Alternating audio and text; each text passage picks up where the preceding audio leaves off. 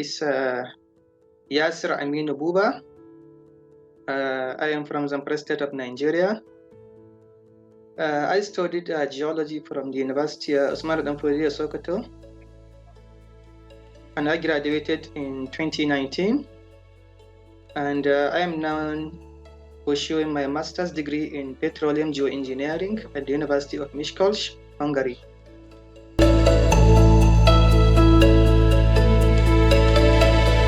Actually, I have the motivations to study abroad since when I was doing my undergraduate studies, because two of my brothers were opportune to study abroad, and they had been telling me how good is it to study abroad, the opportunities and all things like that. So I was actually prepared since during my undergraduate studies, and I really worked hard to get a very good grade upon graduation. And as soon as I graduate, I try my best to gather all the necessary documents for scholarship applications, such as transcript, passport, CV, motivation letter, recommendation letters, and so on. And then when I get everything set, I set on the journey. But it is not that easy. Actually, I have applied to several scholarships, I think more than 10, which Stipendium Hungaricum Scholarship was one of them. And I was lucky enough, I got this one. And actually studying in Hungary is a very good experience, because first of all, Hungary is a European country. And I think Europe is one of the best continents when it comes to education, in terms of the quality, the equipment, the facilities, the atmosphere, and many things. So it is a great opportunity to get the scholarship and to have a master's degree through this scholarship.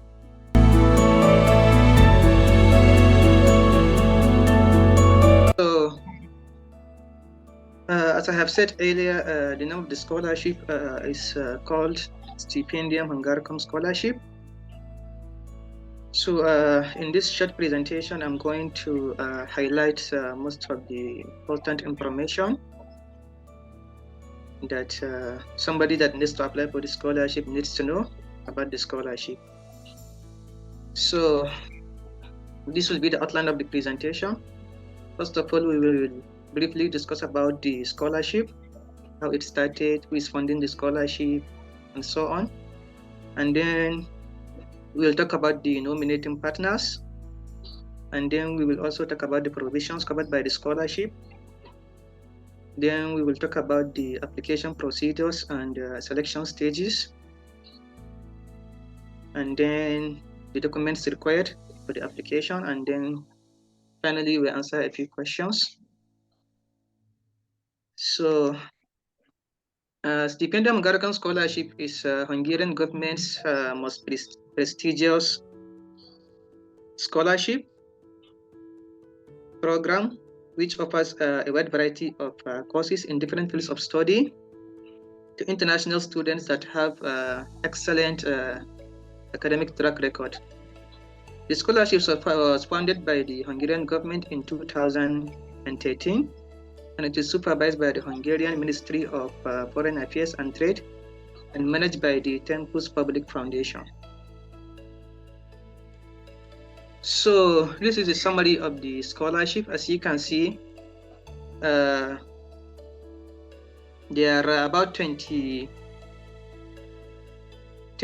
Hungarian higher institutions that offer different degree programs at different levels: degree, master's, PhD, non-degree programs, and so on.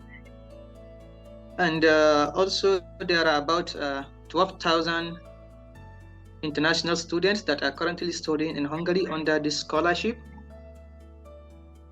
and about 600 degree and non-degree programs are taught in English in Hungary currently, from which international students can choose from. And there are about 90 countries from 5 different continents that are participating in this scholarship program. And each of these countries has a nominating agency. So in Nigeria, we have the Federal Scholarship Board, which does the nomination. And each year, Nigeria is given 100 slots. So each year, the Federal Scholarship Board nominates 100 students from Nigeria for this scholarship. This involves bachelor's, master's, and PhD altogether. So these are the provisions covered by the scholarship. First of all, the scholarship covers your tuition fees. So you don't need to pay any school fees or any application fees regarding your studies. Everything will be covered by the scholarship. And then there is monthly stipend.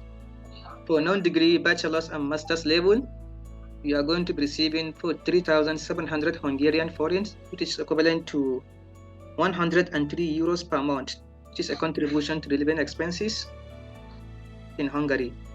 Then for doctoral level, you will be receiving 140,000 Hungarian forints, which is equivalent to 331 euros per month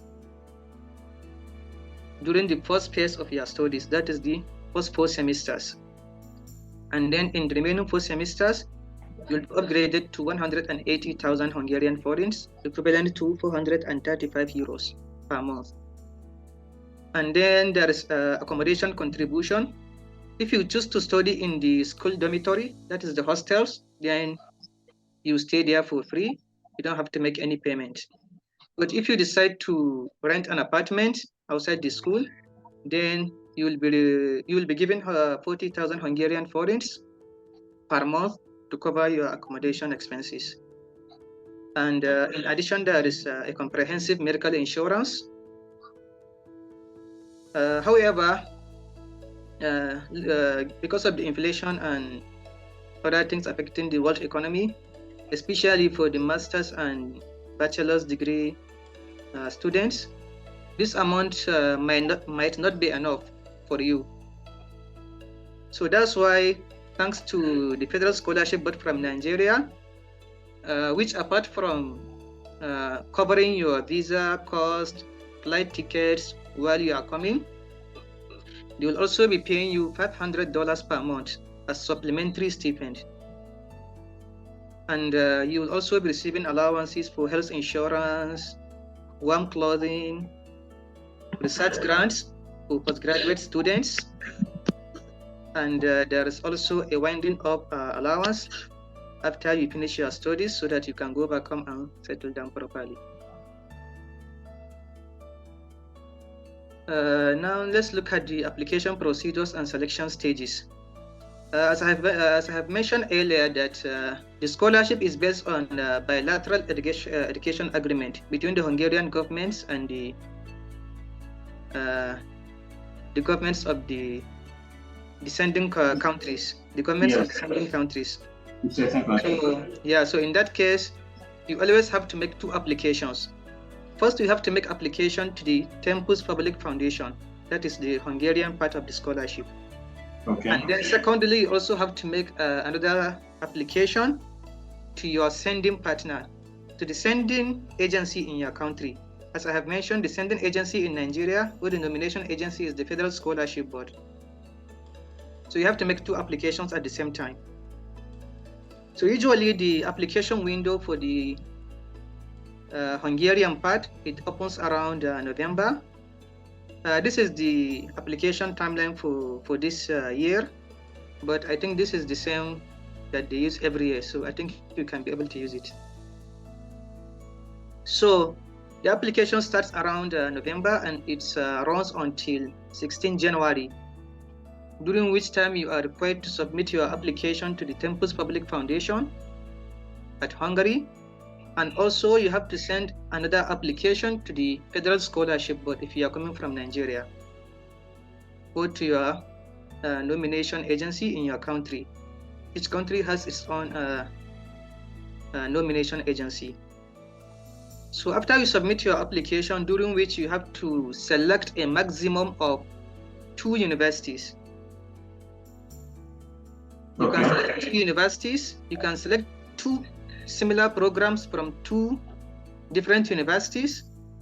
You can also apply for 2 different programs at 2 different universities. And you can also apply for 2 different programs at 1 university if you like.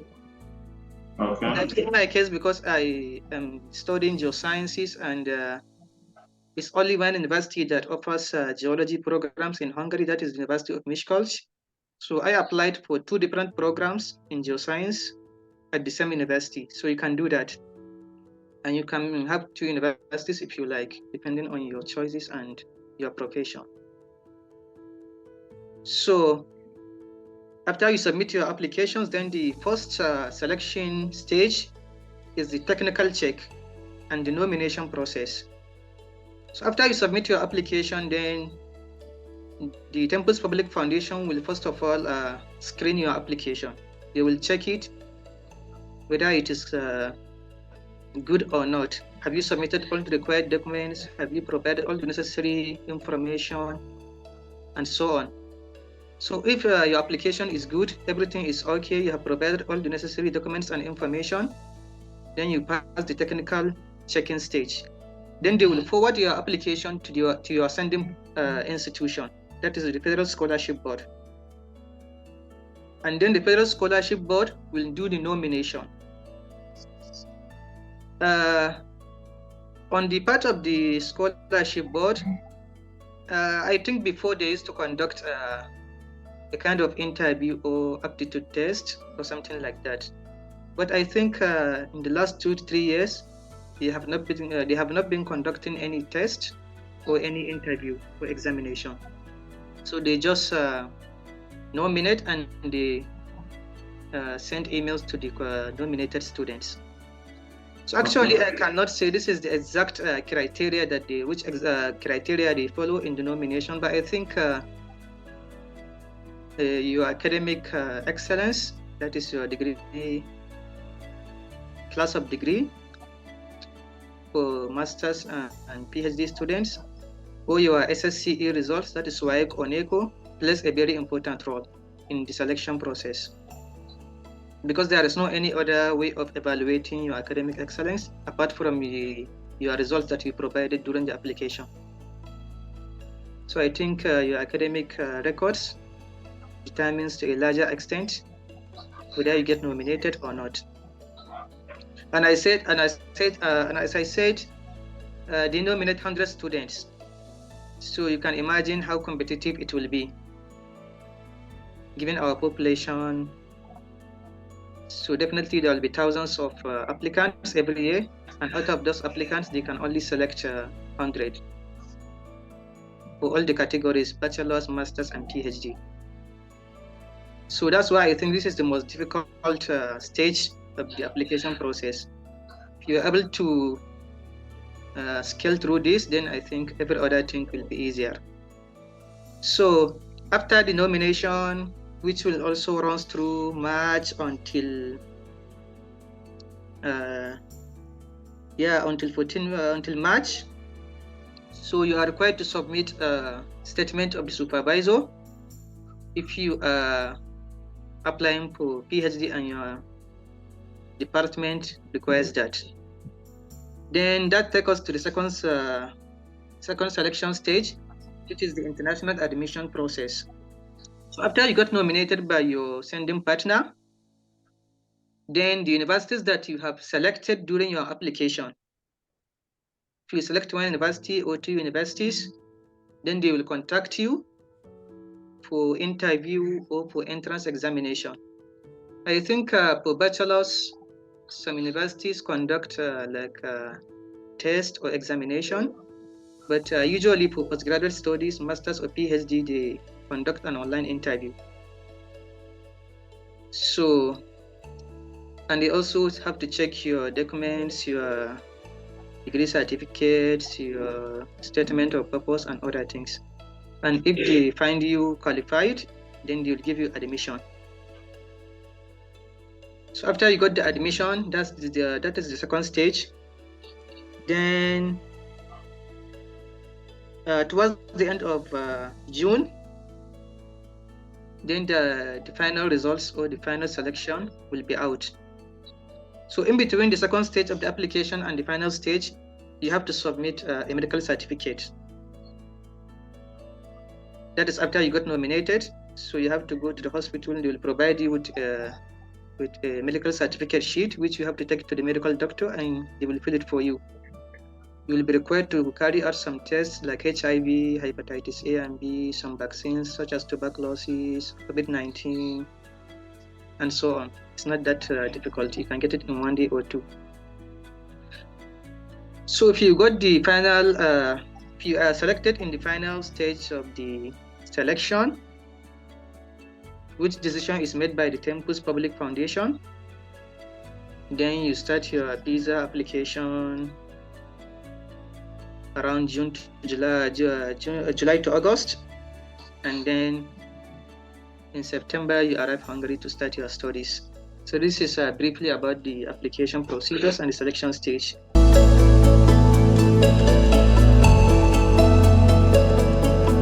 So now let's look at the documents that are required during the application. As I told you, you have to make 2 applications.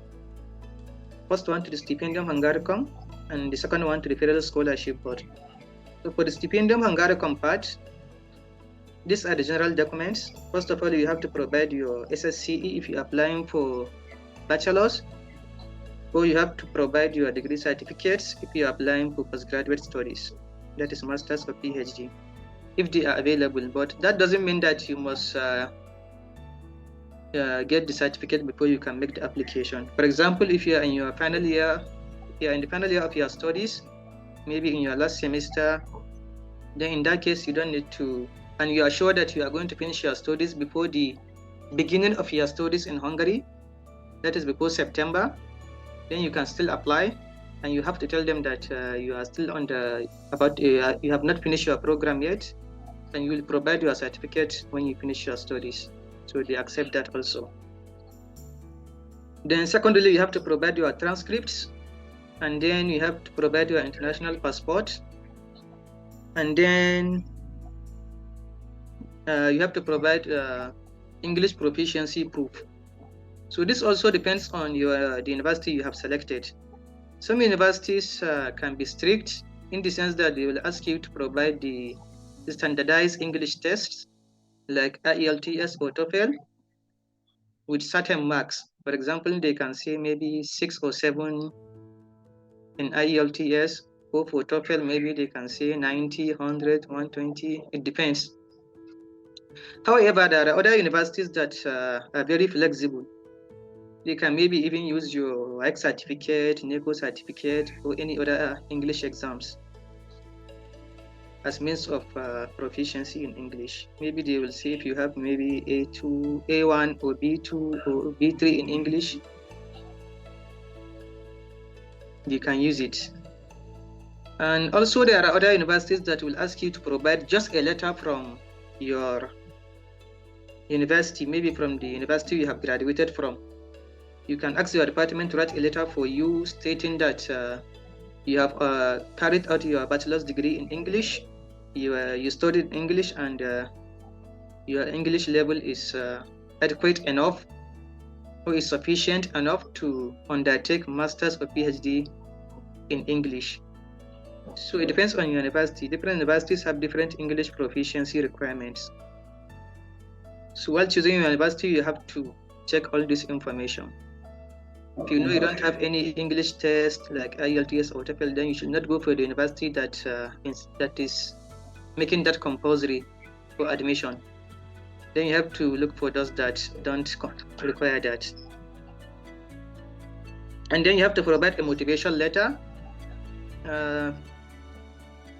This is just like a one-page letter in which you state you discuss about yourself, about your educational backgrounds, experiences, and you also have to mention why you want to study in Hungary? Why have you selected the program you want to study? Why have you selected the university you want to study in? And what do you expect to gain during your studies? And what is your future plan after you finish your studies? And which problem do you think the knowledge you will gain in Hungary can help you to solve, either at global, national, or local level? So you all have to, in one way or the other, try to highlight all these points. Okay. And it doesn't matter whether you are applying to 2 universities or 2 different programs, the motivation letter has to be one. So you should know how to squeeze everything together if you are applying for more than 1 university or more than 1 program. And there is word limit to that. So you have to stick to the word limit. I think it's about 4,000 characters or something like that. I can't remember exactly. So this is for the general requirements. And for PhD applicants, there is additional documents that are required. You have to also submit a research plan in which you state the outline of the research that you intend to carry out during your PhD studies. And you also have to provide a recommendation letter. And also you have to provide a statement from the supervisor if your department requires that. That is optional, it depends on your department. So this is all about the Stipendium Hungaricum part. Then for the federal scholarship part, the requirements are not that much. You just need to provide your degree certificates or SSCE certificate for bachelor's degree applicants. Then you have to provide NYSE certificate for master's or PhD applicants. Then you also have to provide your local government indigent certificate. So I think that's all for the federal scholarship part. It's not that difficult.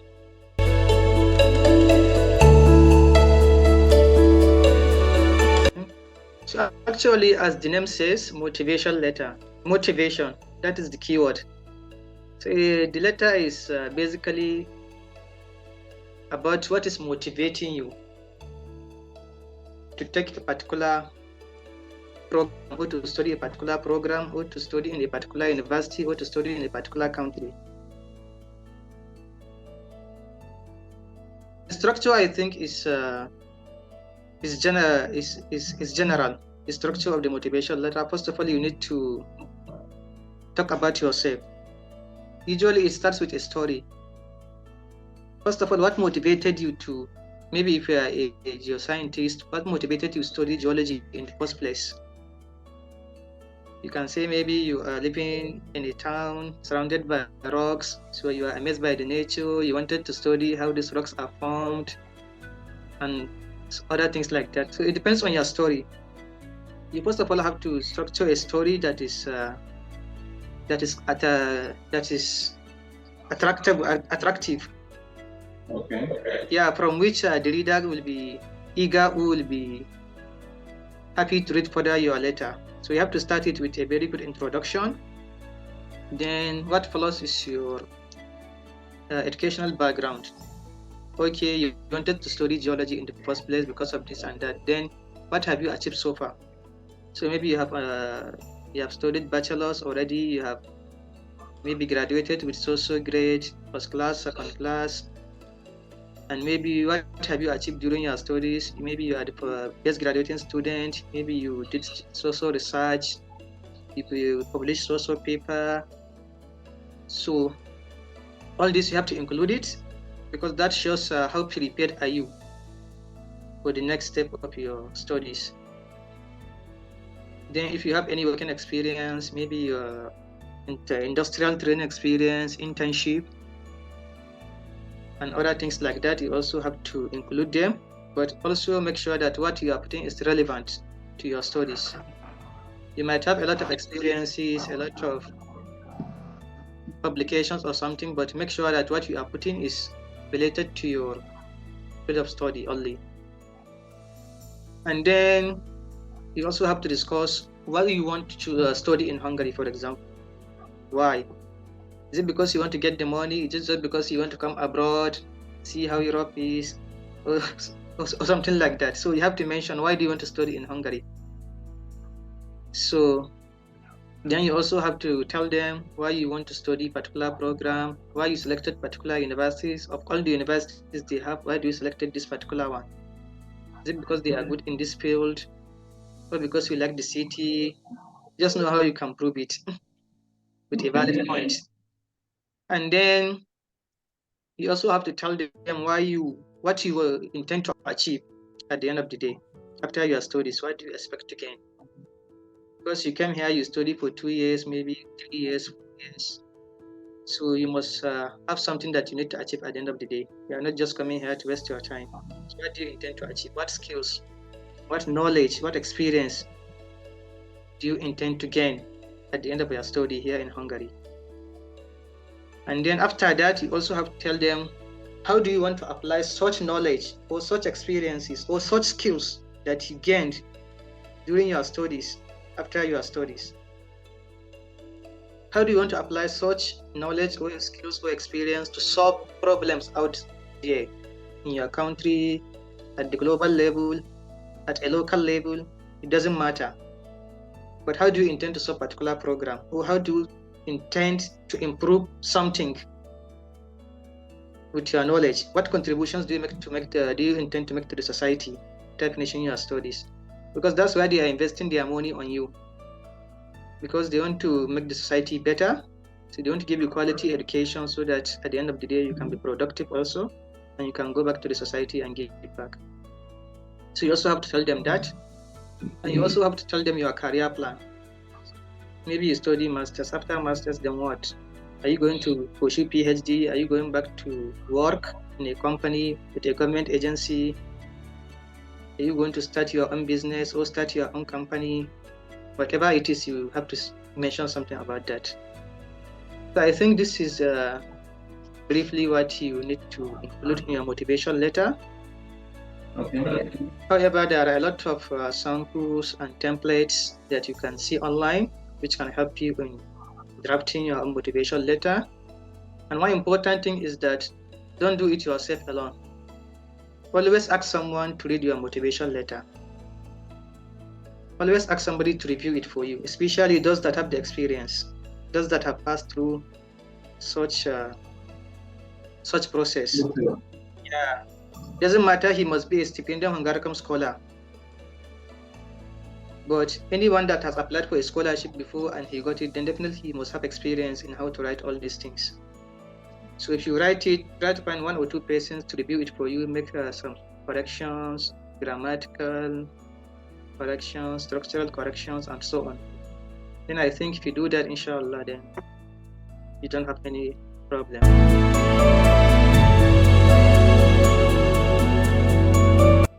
Yeah, I had an interview with my department before I got admission.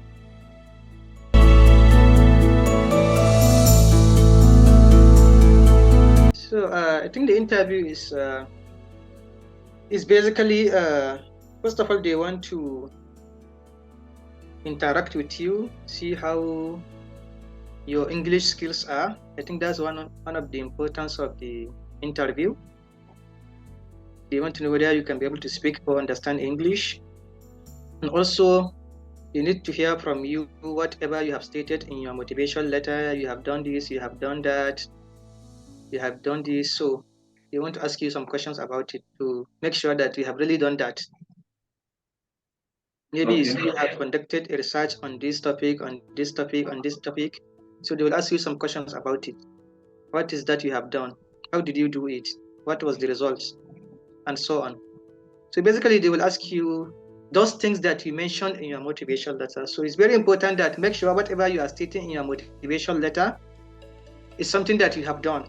Don't go and be writing stories just to impress them, something that you have not done, because definitely during the interview they can ask you about it. And if you cannot prove yourself, then they will lose interest on you because they will think that you are not qualified. And then they'll also ask you a few questions about your background. Maybe you have bachelor's in chemistry or something. They can ask you a few questions regarding chemistry. And most importantly, they will ask you about your thesis, undergraduate thesis, for example.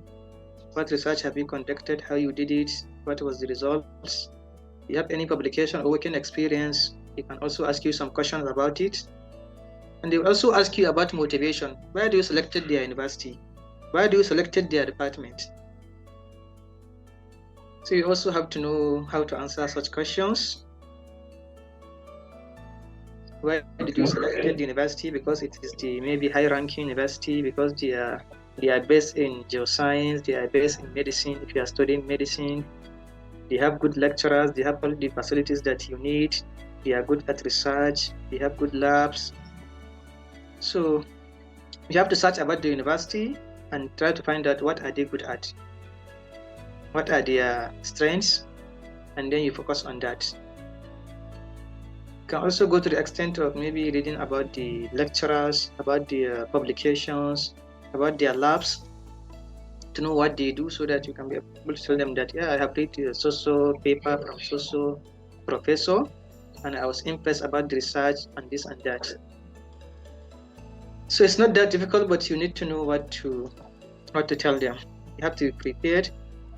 It's a video interview, so you need to appear neat in a well-lit environment, and you have to get a good network so that your voice will not be breaking, so on.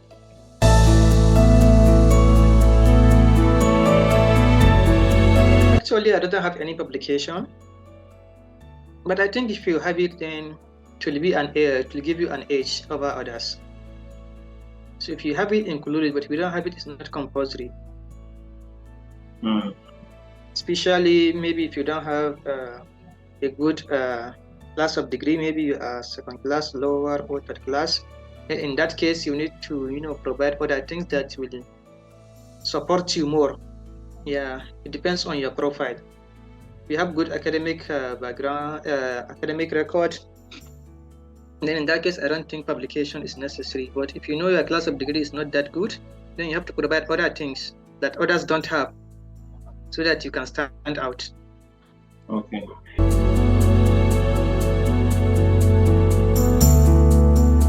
Okay, I think the most important should be my class of degree, because I have a first class in my bachelor's degree. Okay. So I think that is very important, yes.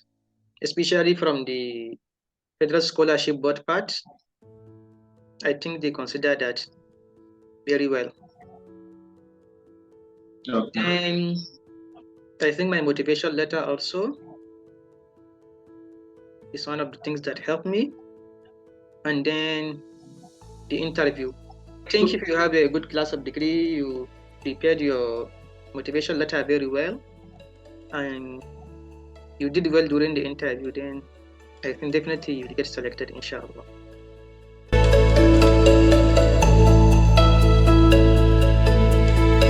So, as I have indicated during my presentation, the selection stage is consists of different stages. So first of all, when you get nominated, that is the first stage. Then you will be asked to submit your medical certificate,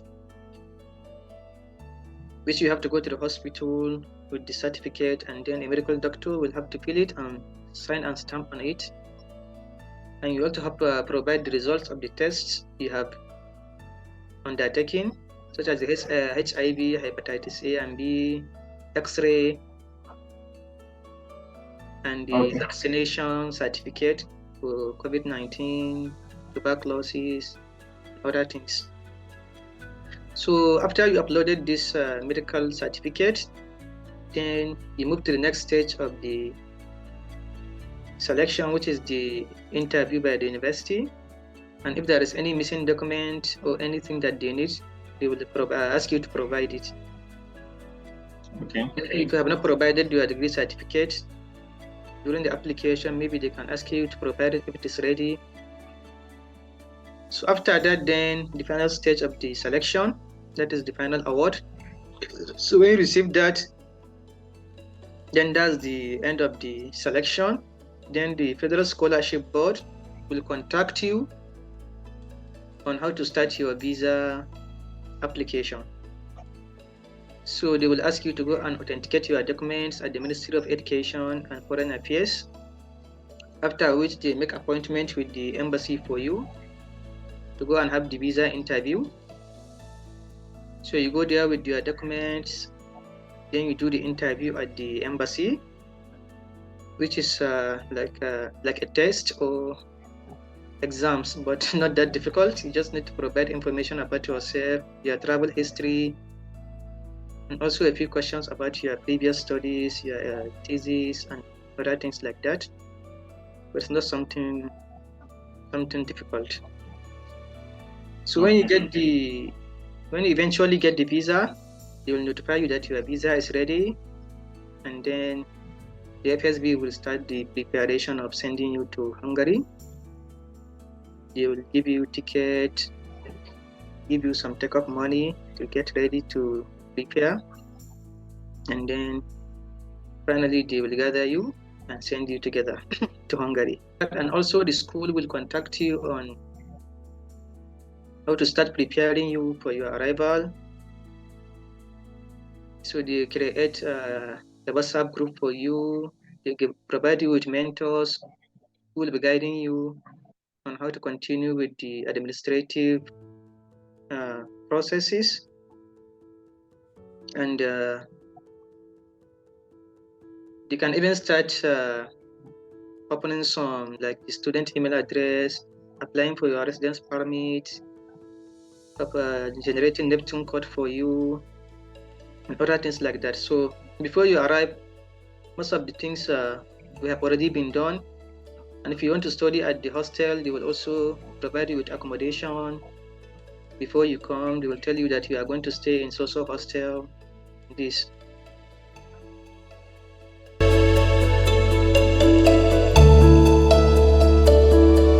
Okay, actually, it was not that easy, moving from your country to another continent where you don't know any, I will not say you don't know anyone, but you know only a few people, maybe 1 or 2, 3 people from your country. So actually, it's not that easy, but as I have said, since before you come, you will have to get mentors, 2 mentors, 1 international student and 1 Hungarian mentor. So these mentors will help you when you arrive on how to settle down easily. Yeah, to get acquainted with the school environment, complete all the administrative tasks, register for your courses, know your department, your classes, and other things like that. And they will also help you on how to maybe use the transport system in the city, how to do shopping, and other things like that. Where to get food, where to get this, where to buy that, where to have exchange rate, where to make exchange, how to open your bank account, how to get your tax card, how to get your student ID card. So I think everything they will help you and guide you on how to do it. Okay. So they are very helpful, and I think it is very good system. It works very well. So even if you don't know anyone, don't panic. They will put you through on everything you need to do.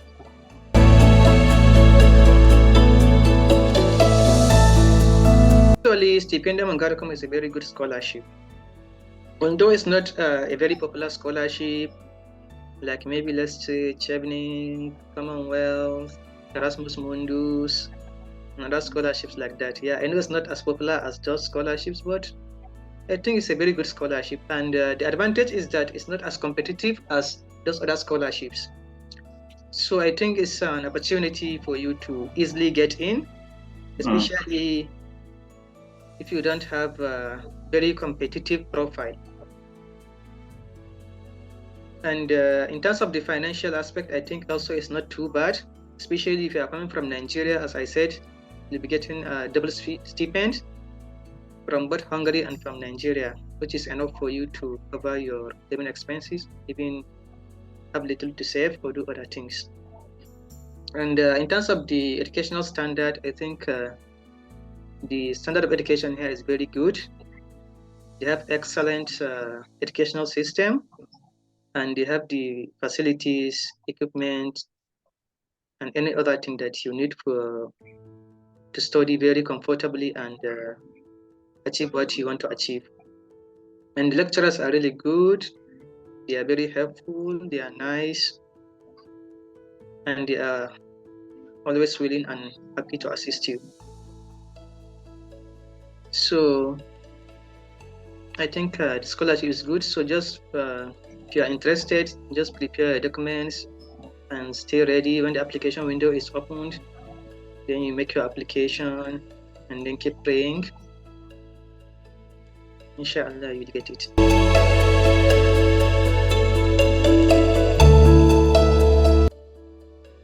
Yeah, we can work here. You can work as a You're student. allowed to work here. You're allowed to work as a student. How many hours? Yeah, I think there is no limit. Depends on your schedules. Yeah. Okay. Depends on your academic schedules, your timetable, and other things. But you can work as much as you can, especially during the holidays, yeah, or during the weekends.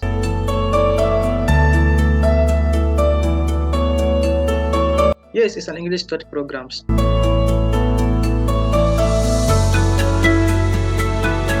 Yeah, it's Magyar, but they call it Hungarian in English.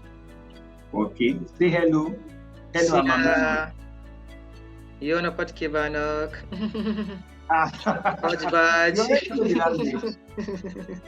Okay. All right. Yeah, the language actually is not that easy, but I think it's not compulsory that you have to learn the language, but you have to take 2 courses, language programs, when you came in your first and second semester. But it's just the basics: how to greet, how to make basic conversation, how to count numbers. Although actually in the school environment you don't have much problem with the language, because you usually find those that can speak English. The issue is sometimes when you go to the city, maybe you go to the market or somewhere, then sometimes it can be difficult to find someone that can speak English. But thanks to Google Translate, we always resort to it when we find ourselves in such situations.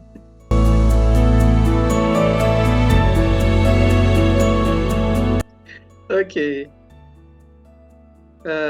Question number 7, Bisonto la Tashra.